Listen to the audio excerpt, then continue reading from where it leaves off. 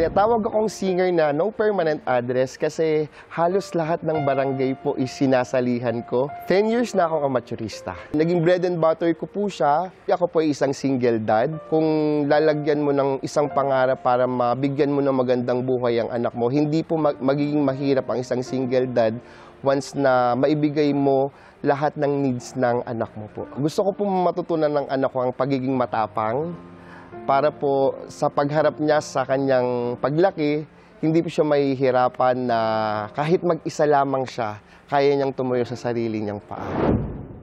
Hi, I'm Miguel Gonzalez, 30 years old from Cavite. Miguel Gonzalez. Hi, Miguel! Hello po. Dito ka, Miguel. Halika.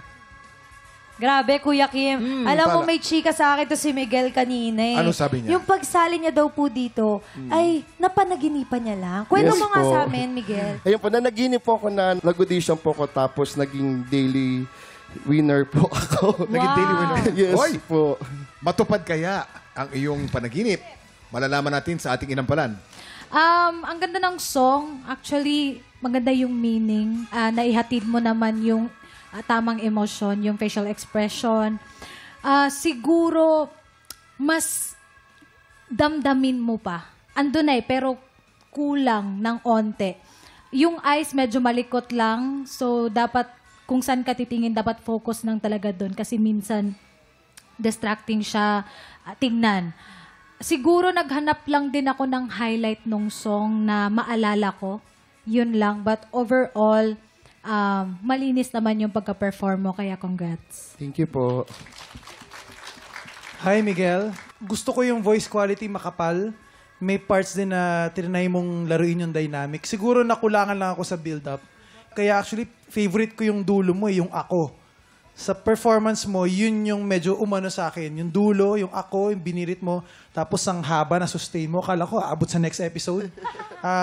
Yun lang. Siguro, learn to play more pa sa dynamics nang sa ganon magkaroon ng mas effective na storytelling at climactic part yung performance mo. Thank you po. Maraming salamat. Ano kaya ang scores na ibibigay ng ating inampalan? Miguel, ito ang stars ko for you.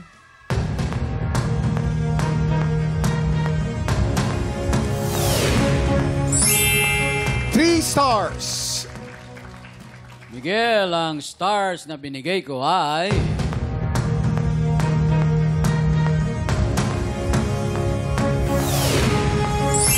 Three stars. Mamaya na po natin ipapakita mga scores ni Daryl. So far po, si Lynn ay meron pong 7 stars. Si Miguel naman ay merong 6 stars. Ang tanong, sinong kalaho kaya ang hahamon sa ating kampiyon? Tutukan sa pagbabalik ng tanghalan ng kampiyon dito.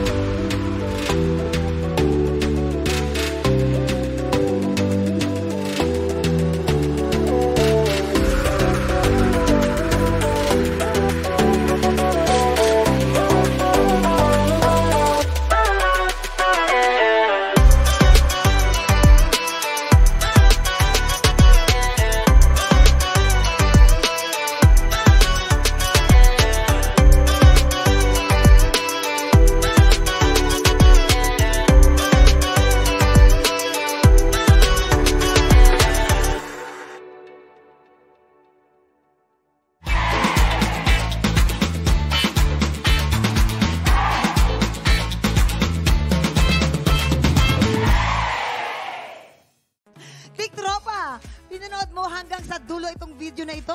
Abay, very good ka! For more happy time, watch more TikTok Lock videos on our official social media pages and subscribe to GMA Network official YouTube channel.